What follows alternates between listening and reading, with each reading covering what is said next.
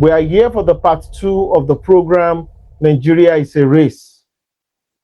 Last week, we got a lot of positive feedback, and like a lot of people were very, very shocked about how we were able to intellectually analyze in depth in order to be able to analyze what Nigeria is for a lot of Yoruba people. Some people think Nigeria is a Garden of Eden. Some people think Nigeria is an El Dorado. Some people think Nigeria is Aljana. Some people think Nigeria is one big happy family where everybody is just laughing together. Some people think Nigeria is just the end, and that is not true. Nigeria is a business enterprise created by the European powers for the exploitation of the human and natural and mineral resources from the people there in order to be able to develop and make Europe to continue to be a superpower. That's what Nigeria was, and that was why Nigeria was created. So when we understand this, because there's a difference between being optimistic, being idealistic, and being realistic. And I'm sorry to say this, most of the other people in Nigeria are very, very realistic about what Nigeria is. You cannot ask the young man or young woman whose family was slaughtered by Fulani militias in Jos, and you are going to ask those kind of people not to be realistic about what Nigeria is.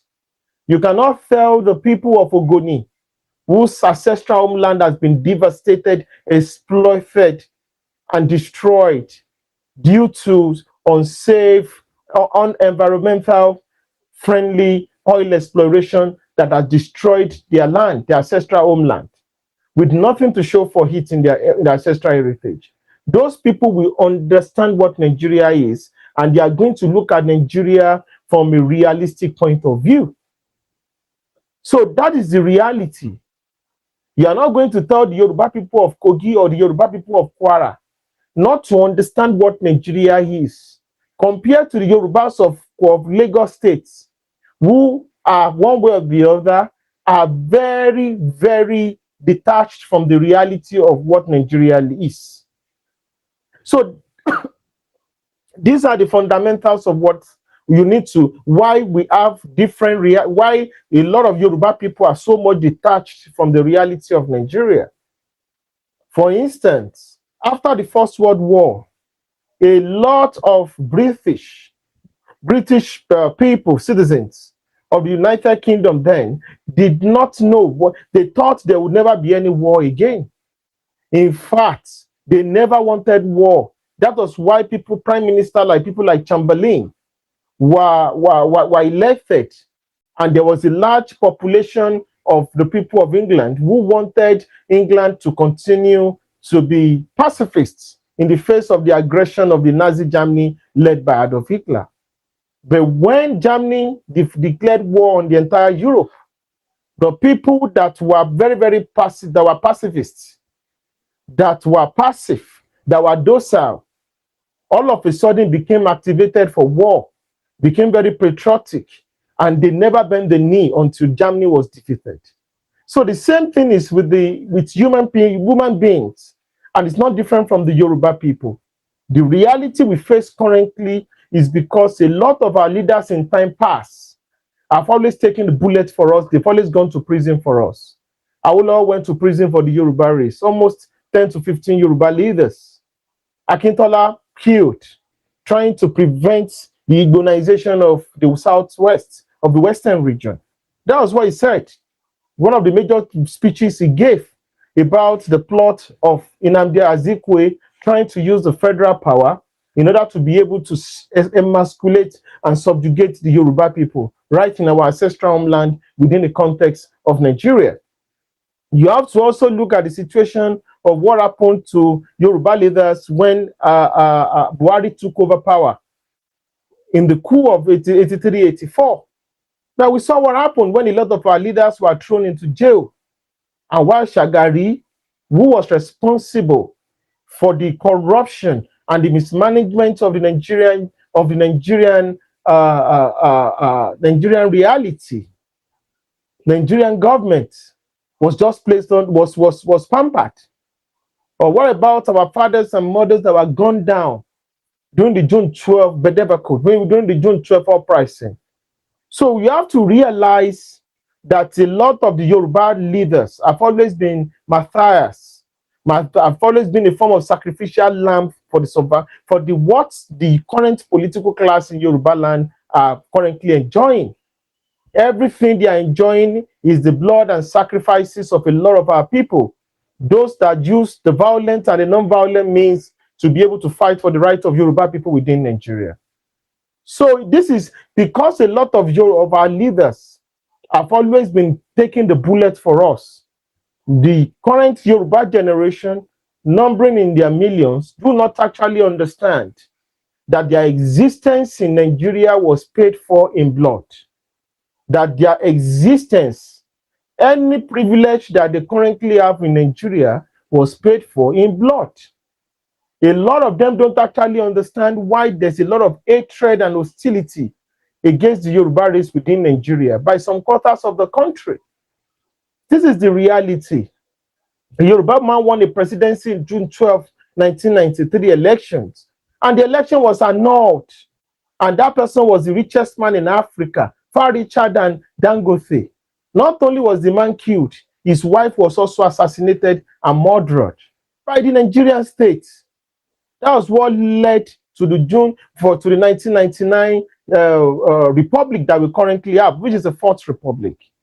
So the Nigerian state was built on the graves, bones, and blood. The current democracy you currently enjoy in Nigeria was built on the bone, and the graves of Yoruba leaders. But the reality is that the time has changed. Those kind of leaders that actually took the bullet for me and you no longer exist. Or they are now, many of them have died.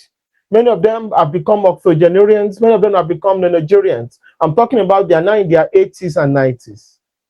The defense of Yoruba land has now fallen into the hands of many of us, but we are not prepared for this reality. Most of the people that occupy political positions within Yoruba land, many of them are buccaneers. Many of them are opportunistic bourgeoisies. Many of them are even career opportunistic politicians who are just looking for every means in order to be able to become relevant at all costs, which is where you are going to see someone who is advocating for full-blown Sharia and Isba police in Yoruba land, also saying he wants to become the governor for your state. You know, you see that level of ludicrous. And these are people who will never say anything when Yoruba people are being slaughtered in their farms, in their villages, by ravaging Fulani militias or herdsmen. So this is the reality. So our survivor now has now fallen into our hands, which is what is making this struggle to be very, very difficult. Because we do not have the resources of the political class. We do not have the platform of the political class. So we have to rebuild from the scratch. This is the reality. Because what happened in 1999, especially what happened in 2003, the pro-Yoruba leaders, then in the then Alliance for Democracy, were literally destroyed, were literally broken into pieces, were literally taken out from the political space. So we all need to stand up to our responsibility and play our part so that the coming generation are not going to become destitute. The coming generation are not going to face what our fathers faced in the First Republic, where Zeke had the audacity to say he wanted to become the premier of Western region. When Zeke had the audacity to say he wanted to lord himself and lord himself over the Yoruba race. This is what our forefathers witnessed in the Third Republic, when the Connaught had the audacity to annul a free and fair election. So these are the things that civilizations and people that want to survive actually understand, which they say never again. So Yoruba people must have this concept of never again will this going to happen. You must understand that the world is not built on niceties. You are nice, you are easygoing, does not mean that people are going to love you. Because you are nice, a lot of people are going to see you for being weak and people that can be bullied. So let's now go into the lecture proper, which is Nigeria is a race, part 2. I'm going to start explaining this situation by actually thanking the President Bola Ahmed Tinubu for something he did for the Yoruba race last week. A news filtered in last week, and a lot of Yoruba people did not pay attention to it. The reality is that a lot of Yoruba people don't actually know that the Yoruba people are the most marginalized, we are the most emasculated, we are the most subjugated group amongst the first 5 ethnicities within Nigeria. And that the Yoruba land still continues to be the economic Godzilla of West Africa, the economic powerhouse, the economic mitochondria of West Africa. Is not because the government of Nigeria did us any special thing. It was caused because of 3 things.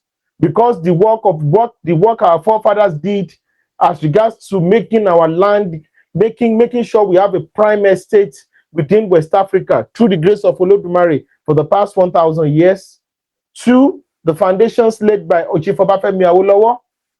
3, the ingenuity of our fathers, of our mothers and fathers that continue to build the Southwest into what it is. That's just it. That's just it. So what did Tinubu do for the Yoruba race last week? Oyo State has the biggest landmass in and out of all the Southwest states. And Oyo State is one of the biggest states in Nigeria. Oyo State is one of the biggest states in southern Nigeria. And Oyo State landmass is almost equal to the entire Southeast. But the federal government of Nigeria has never built any university in Oyo State. Can people understand what I just said?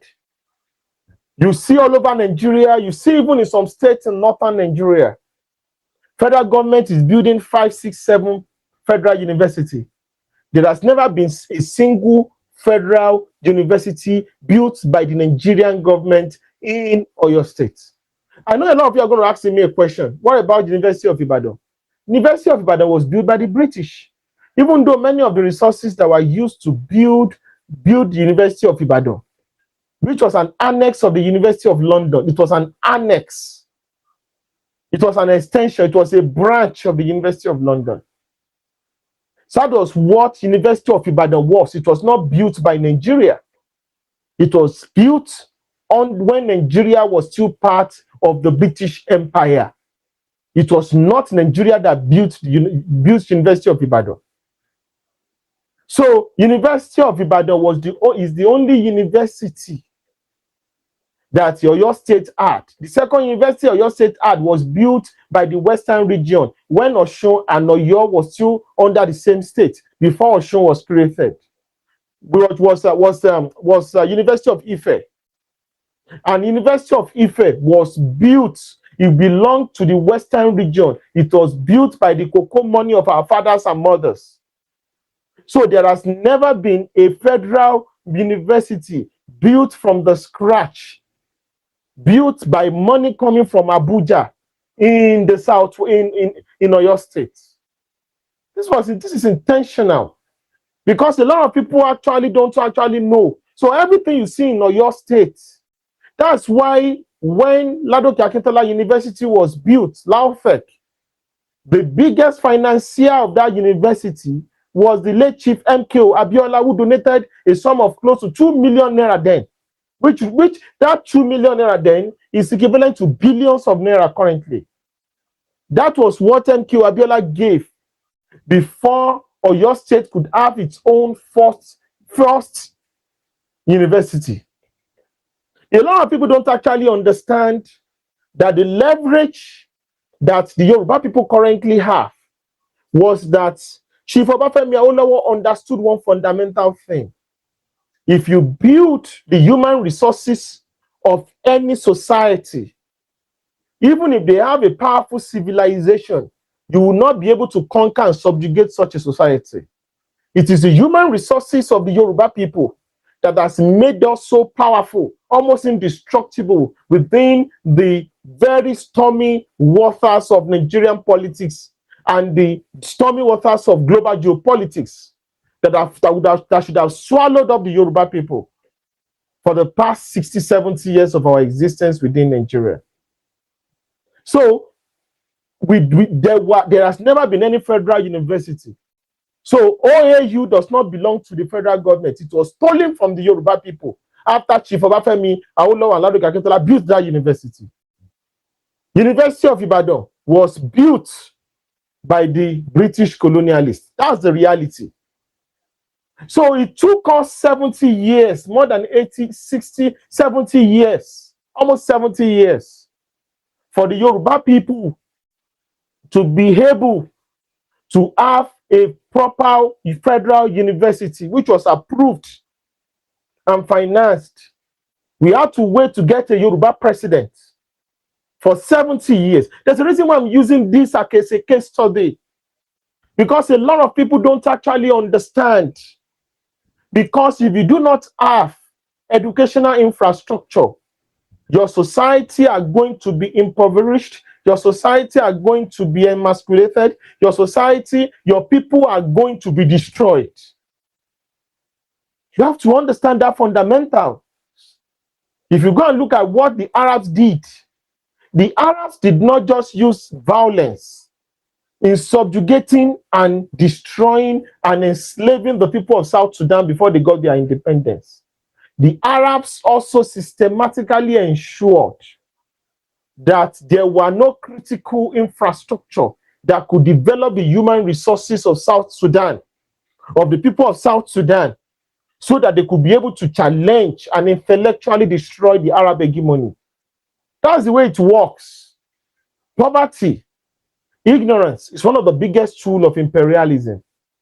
So going back to what I said that the federal government did for the Yoruba race, especially the Yoruba people of Oyo State, this was the announcement that the University of Okeo and the University of Erua are two federal universities was given to the people of Oyo State within 1 year.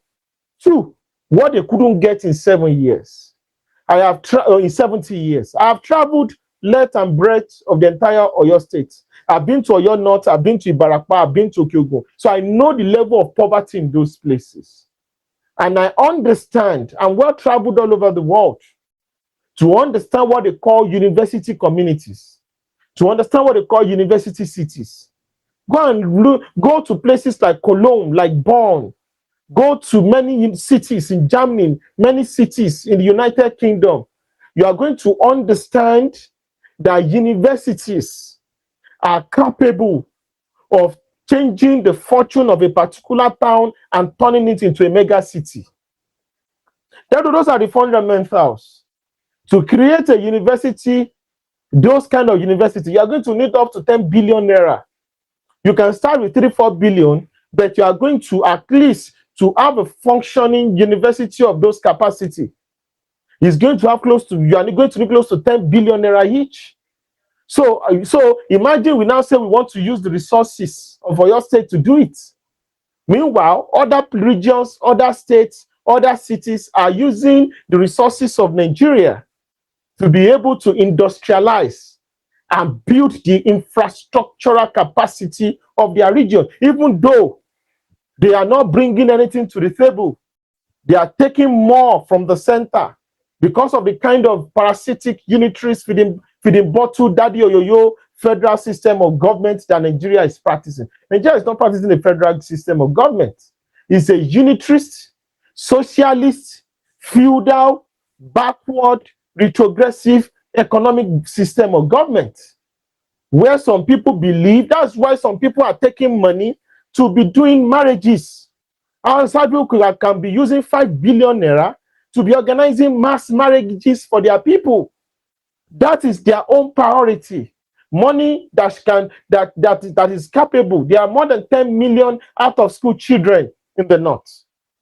The north has become like Afghanistan and Pakistan, where all the terrorists of the world have converged. They are producing terrorist organization more than they are producing food and medicine. Yet, their priority is how they are going to conduct more mass marriages. How a 70-year-old man that has 2 wives is going to marry a 14-year-old woman, a girl, and how they are and how the government is going to be giving such a person to go and have that kind of marriage, sponsor that kind of marriage. That's the kind of thing they are doing. And it's so funny that many people think you can build a successful country and successful society with such a group of people within your society. You are wasting your time. And that is why some of us have busted the myth. We've challenged them. We've been able to break their arrogance when they try to hide all sorts of terrible, antisocial, barbaric, medieval behavior under religion. Any religion that cannot, any religious belief and ideals that cannot be challenged intellectually, philosophically, that's not a religion, that's a cult. That's religion, that's not a religious belief, that's a cult. And we are going to challenge it because we are children of our own world. We are going to challenge it. We are Yorubas. We are not going to bow to anybody. We are not going to be coerced. We are not. That is why you ask all of a sudden they are asking for Sharia law, because they are looking for every means necessary to be able to shut and gag people up from talking. But they are deceiving themselves. We are going to talk. We are going to look them in the face and call out their hypocrisy. Because that is who we are. That is who we are.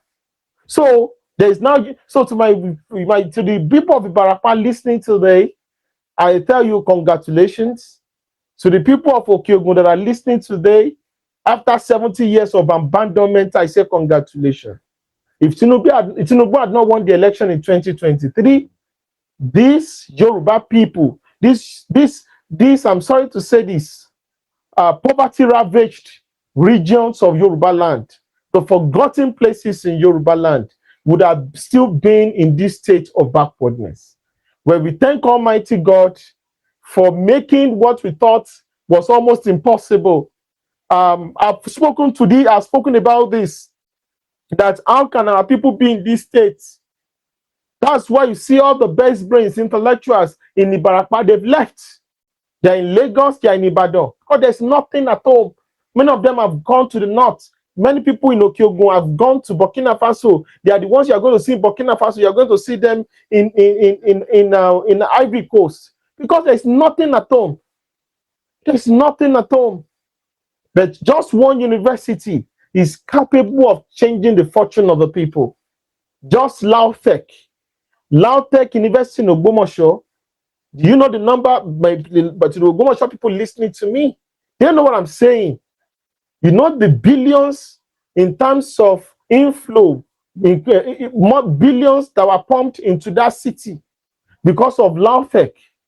Lautech is a good case study. What happened to Ogbomoso with Lautech is what is surely going to happen to Erua, to the Ibarapa region and to the Okiogun region with the 2 universities they got.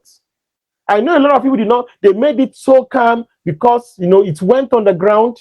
But a lot of us were shouting for joy. But we can publicly say this. So when you see this kind of a thing, you don't need to be given any cover before you start praising such things. Because we are looking at the infrastructural development and liberation of our people. Because we don't need to lie to ourselves. There are so many places in Yoruba land that are backward.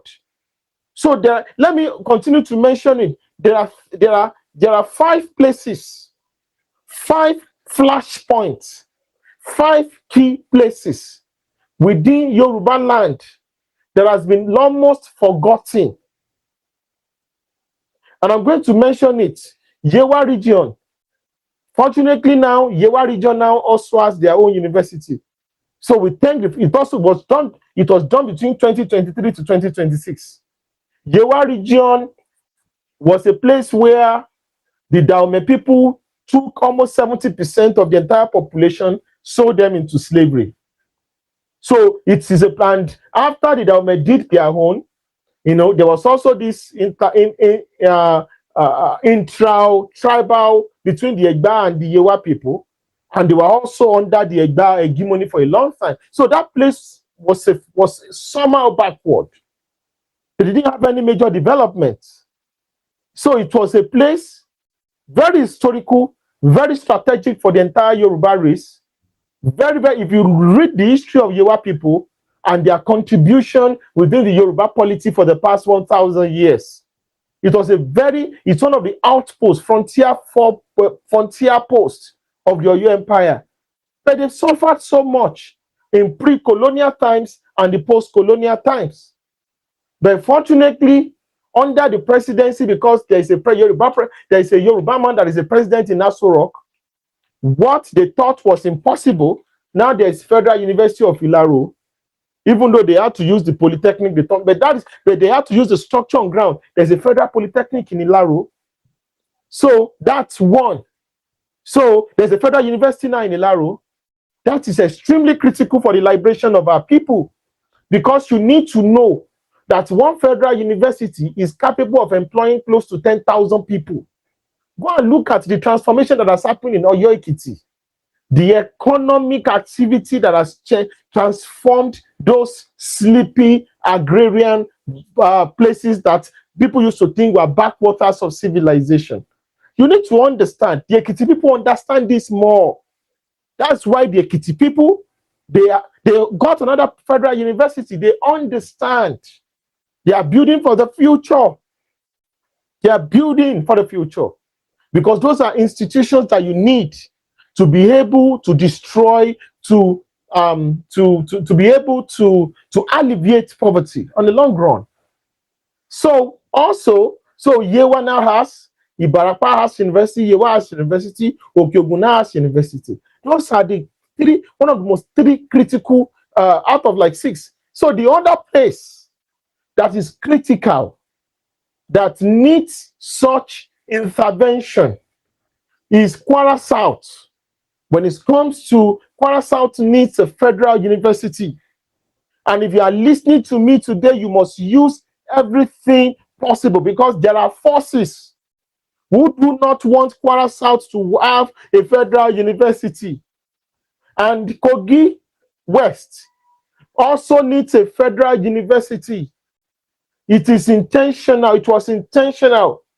The only powerful federal institution that you have in Kwara South, it was because the Ofa people used their own direct connection to be able to get it straight from during the time of Ibrahim Babangida, to be able to get that institution in Ofa, Federal Polytechnic Ofa.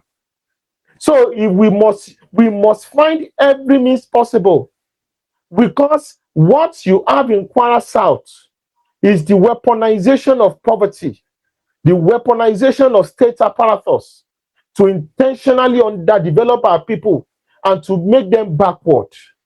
One of the things that, our empires are very brutal.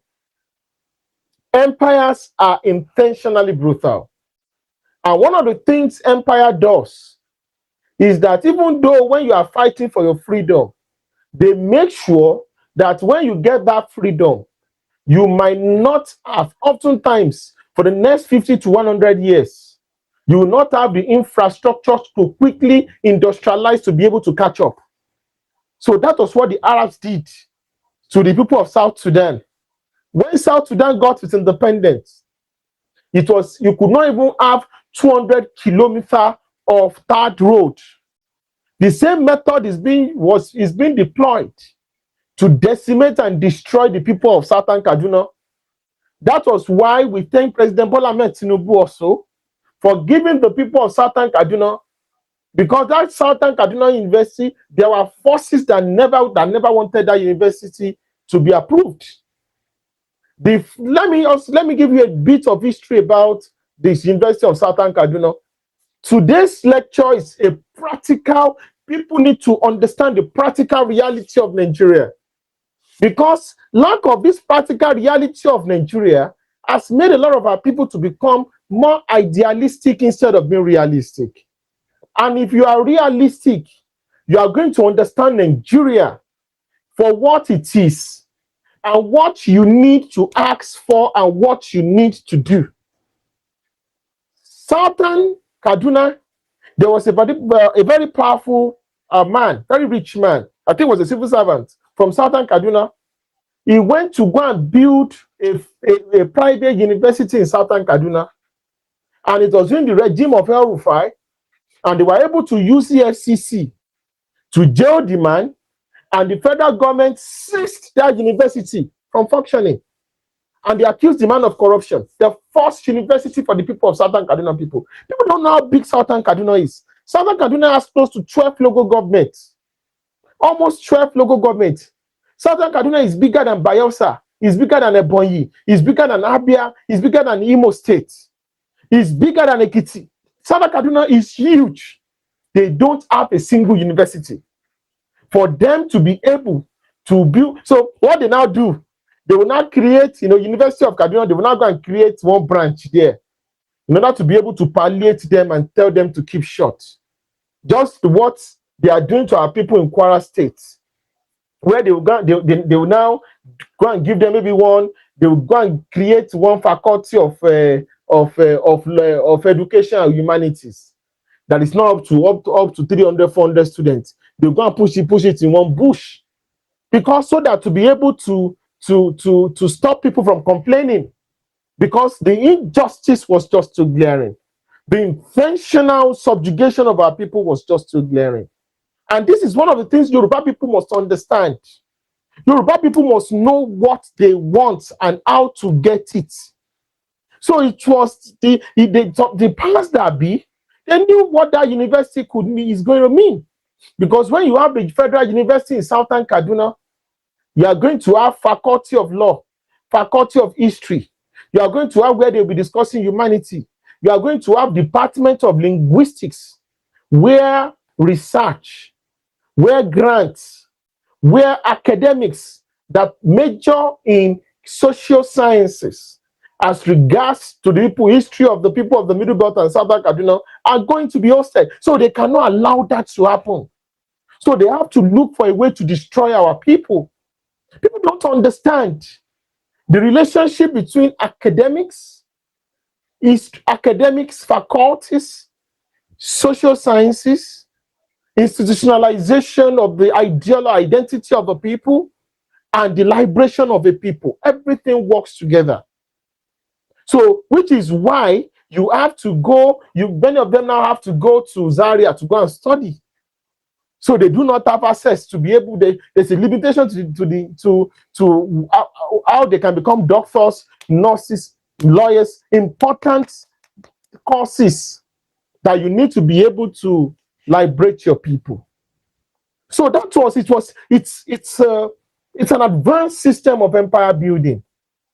It's an advanced system of empire building.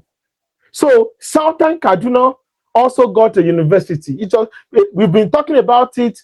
Tinubu said he was going to do it, but it was just last week, against all odds, that they were able to, against the powers that be, they were threatening the president that they're not going to vote for the president if he gives the people of Southern Kaduna State University. Before, they used to boast openly that if you dare develop these minorities, we will destroy you. They can't do it more openly again because it has backfired. Because these born to rule, blue blood oligarchs, aristocrats, they are becoming isolated within the polity of Nigeria. So they don't understand that all their arrogance is backfiring. So they have to find a way to pressure the president to say, you must not develop the people of Southern Kaduna. Why? But you see the issue. So, for instance, a lot of you see when they say Department of Theatre Arts, You see the Department of Theatre Arts in Lasso, Department of Theatre Arts at University of Ilorin. When they do theatre arts induction, when they do, you see the display of Yoruba culture and identity. That is what university does. And you need those resources that should be channeled, that must be channeled in the liberation of your people, in building those institutions. In building those institutions. So the example I gave you about the issue of Kaduna, you can even have the money, go and build your university, and it will still be taken away from you. They will use CFCC to destroy you. It is that university that Buhari seized from the people of Southern Kaduna, the federal government, through President Bola Ahmed Tinubu, is now using it. You are not going to stop these people. You've been subjugating, you've been looking for a way to wipe out these people for the past 200 years. They must have that institution. When the people of South Sudan got their independence, it is just one university that they had. That is what they are building. They are building from the ashes, which is why some of us understand that country as backward is where it is.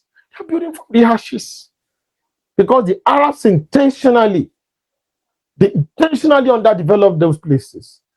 So we have to pray. We have to make moves. We have to push. We have to lobby. We must use, because many of our political leaders, many of them don't know.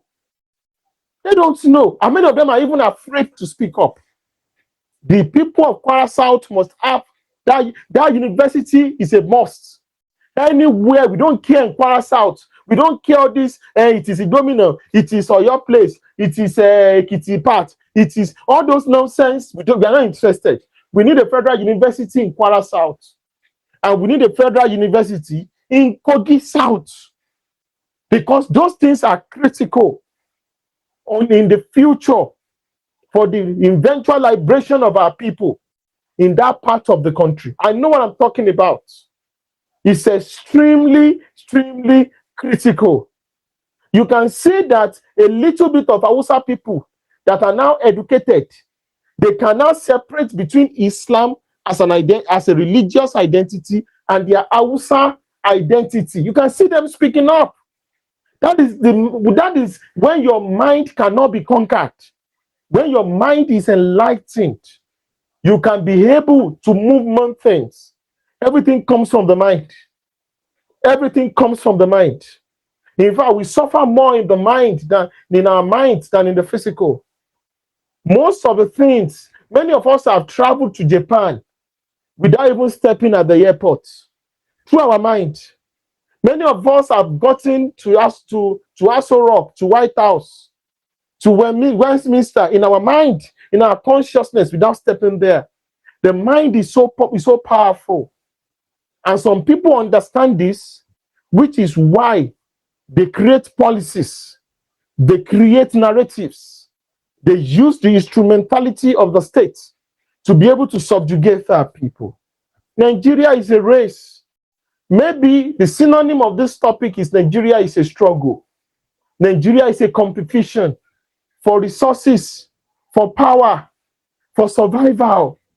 Because if you do not have political power, your survival as a people, as a civilization, is not going to be guaranteed. How can you say the people, how can you say the people of Kwara South are not Yoruba? How can you say the people of Kwara South, Gogi West are not Yoruba? It is because there is an intense competition going on. And some people are using political power they've cornered to themselves to be able to change our reality. And we must understand this brutal competition for power and resources. In the world is not fair. We need to understand that the world is not fair. I was watching a news 2 days ago how the Argentinian government was busy arresting, bombing, beating indigenous people in a particular area of Argentina. And that land was very rich in lithium. And the people, thousands of people were taking off their lands. Maybe I'm going to put the video on my page. taking off their land because that land is full of lithium, and they need the capitalist society, the capitalist world. I'm not a communist, I'm just speaking. The multinational corporation, they need that lithium to be able to build more battery, because we're in the age of AI, artificial intelligence, electric cars. The rights of the indigenous people do not matter, because the indigenous people have become minority in their homelands. They've lost the competition. They can only appeal to the benevolence of their oppressors. The Yoruba people must never reach that position. Don't ever look for a way to appeal to the benevolence of your oppressors before you can get what actually belongs to you. Which is why I don't believe in raising placards in my homeland before I can get anything. Which is why the structuring is extremely critical for the Yoruba people, so that we do not be at the mercy of any race. We do not be at the mercy of anybody before we can be able to get what we want. It's extremely critical for us to understand this. Failure for us to understand this, we might return to the period of June 12. We must not make that mistake. We must not make the mistake the Igbo makes. The Igbo made a mistake in the First Republic that they are now trying to use riots to get. They are trying to use what they lost, how they destroyed themselves. They are now trying to lay everybody down with their own wrong geopolitical decisions, because they had access to the sea in the First Republic. They were controlling 2 regions in the First Republic. Then why should you do a coup? You had access to allow secession clause in the First Republic. Southern Cameroon was also part of you in the First Republic. You threw everything away because of your short-sightedness, and because they were latecomers into the age of empire building. They believed they can bulldoze their way to get everything, and they lost it. They did not understand that when you are fighting against ancient civilizations, you must be very careful, because those places you see in the Middle Belt, especially Benue, Taraba, Nasarawa, and Plateau axis, those are regions, and even Kogi axis, those are regions that have been fighting against different empires. They fought against the Utsimo-Sokoto Caliphate, they fought against the Hausa city states, they fought against the Kanem Borno Empire. People don't actually know that the Jukun people also built an empire. In fact, in the 16th, 17th century, the Jukun people they invaded Kano before and ruled it briefly. These are histories that are written, so that you can understand that you are talking about a very, very resilient people that are also capable of organizing themselves if the situation warrants it, for their own survival, or to even build an hegemony. Which is the way they think. This is why they think the way they think. They're arrogant in their own way, but they have the history to back it up. So we have to understand that Nigeria is a competition. You think the job people, they are not looking for a way to get back into Aso Rock? You think the people of Benin, we also not look for a way to have a Benin mine in Aso Rock? You think the Ebira people, they've always been joining the Okun people to say, oh, the Gala people are subjugating us within Nigeria, within the Kogi State. They were trauma bonding with the Yoruba people of Kogi State. When the Ebira people with just 5 local governments got into the government house in Lokoja, what did they become? They became the new oppressors. For the past 12 years now, they created a bad precedent. What the Gala people did is what they are also doing. To tell you, do not be fooled by the tears of people and say we are all suffering together. That's not true. You must be able to say, what do we want as Yoruba people? Our reality are different. What we want is different. If you look at the Southeast, What they want is seaport, even though there's no sea. That is their own priority. For the Yoruba people, for the Yoruba people, what do you want? We want full devolution of power and restructuring, and bringing the Yoruba peoples of Kwara, Edo, and Delta, bring them back into the West, and give us the right to be able to control majority of our resources. Autonomy, that's what we want, to be able to further our own life, determine our own destiny, and so that we can compete with the world. We are not going to be competing with people that are doing child marriage and mass marriages. That is our own reality. Or be competing with people that are looking for seaports where there's no sea. What's their own reality, their own priority in the core north? Their own priority is the core north, is funding Hisbah police. And now Hisbah police is going to be arresting DJ, musicians, caterers, and people that are giving Hausa traditional marriage items. That's their own priority. Or the government is going to come out and be buying bed, so that I'm giving and sponsoring mass marriages where the husband and wife are going to be testing that bed. That's their own reality in that place. And there's nothing you're going to do. If the governor does not do that to them, they will not put that governor. Which is why I say democracy is dangerous. Because oftentimes in several places, democracy favors quantity over quality. It's very, very dangerous. It's a dangerous system. Especially if the population is poor, if the population is ignorant, if the population is feudalistic. Poor people have no business in democracy. I'm sorry I'm saying this, because they can be bought. Somebody has not eaten.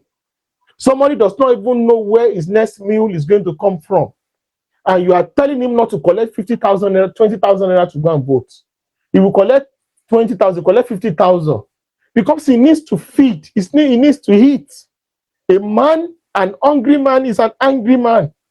A man cannot be hungry for the past 3 days. And you are telling him not to get money anywhere to survive. And you are telling him about the dividends of democracy. There's nothing called ideology when people are hungry. So that's the reality. Nigeria is a radical struggle for power and resources.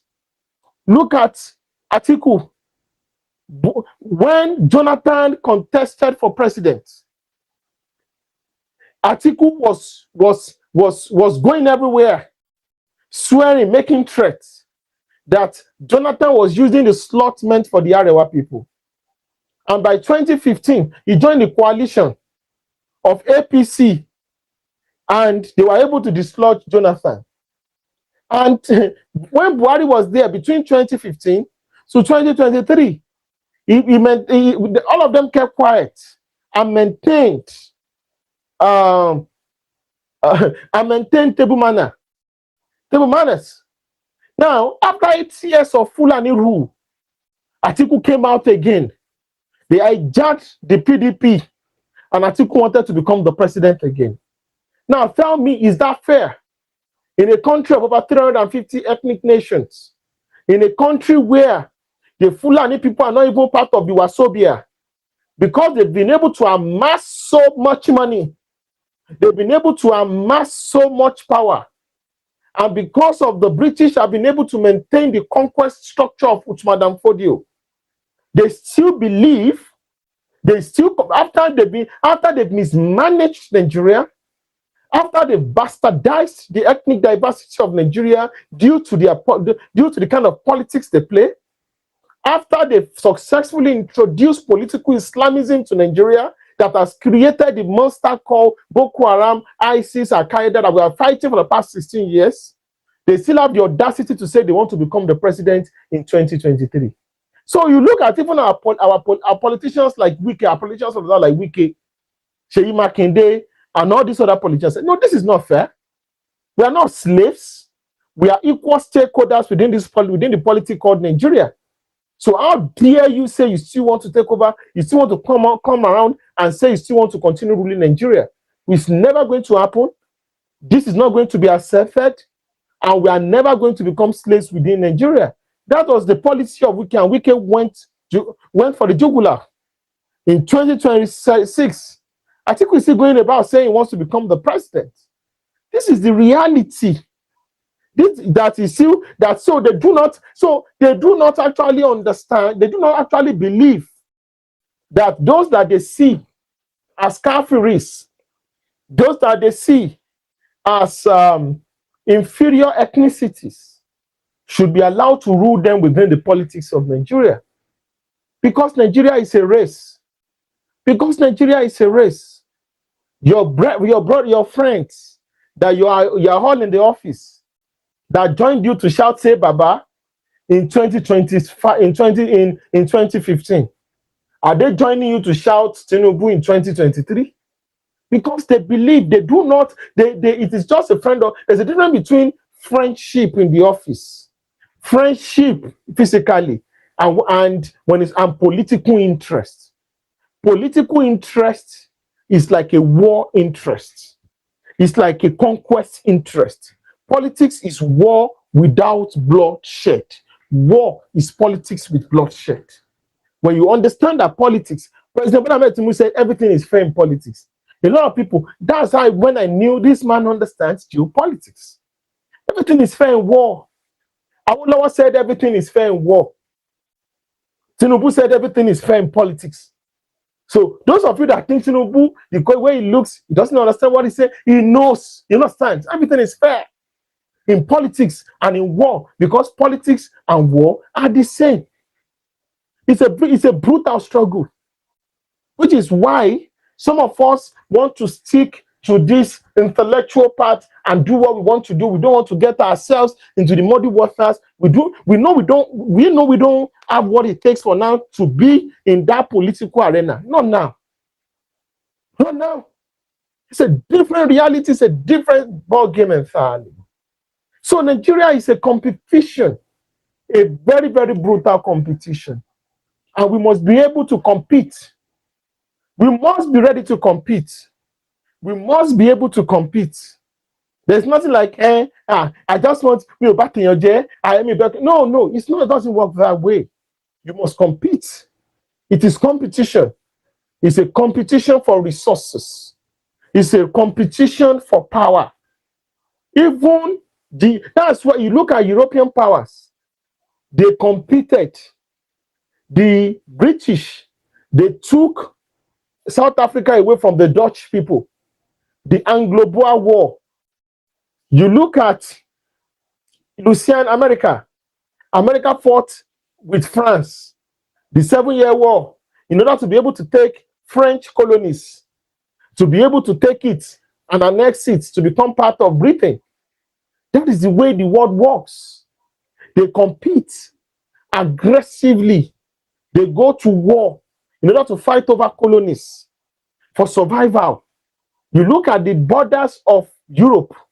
The borders of Europe was not because they loved themselves. The same people that came to do do you know why they came to do the 1884 Berlin West African Conference? When they were drawing borders in Africa, it's not apart from the economic exploitation that they came to loot the resources of Africa. They also came to ensure that the resources, the African borders, was well organized, and so that European countries are not going to kill themselves, so that they are not going to start shooting themselves, so that they are not going to weaken themselves through brutal war in Africa. That's one of the reasons why they came here. They did that conference and say, maintain this border, we don't want to kill ourselves. To see that they are competing, they still compete amongst themselves. So in Nigeria, you don't want to maintain your borders with Fulanis that are asking for your ancestral land, ancestral waterways, or you don't want to maintain your borders with Jijos that are asking for your ancestral land, ancestral waterways, because both of you are in the same political party in APC, or you are asking people to say, oh, it is no man's land. You are sitting comfortably in such a political establishment, with such a political party, because you do not understand that the reason for politics is for you to get land and resources. So why are you now in politics? To be able to give out the land and resources of your people. Nigeria is a competition. Nigeria is a race. May Olodumare continue to be with us. May Yoruba land continue to thrive and prosper.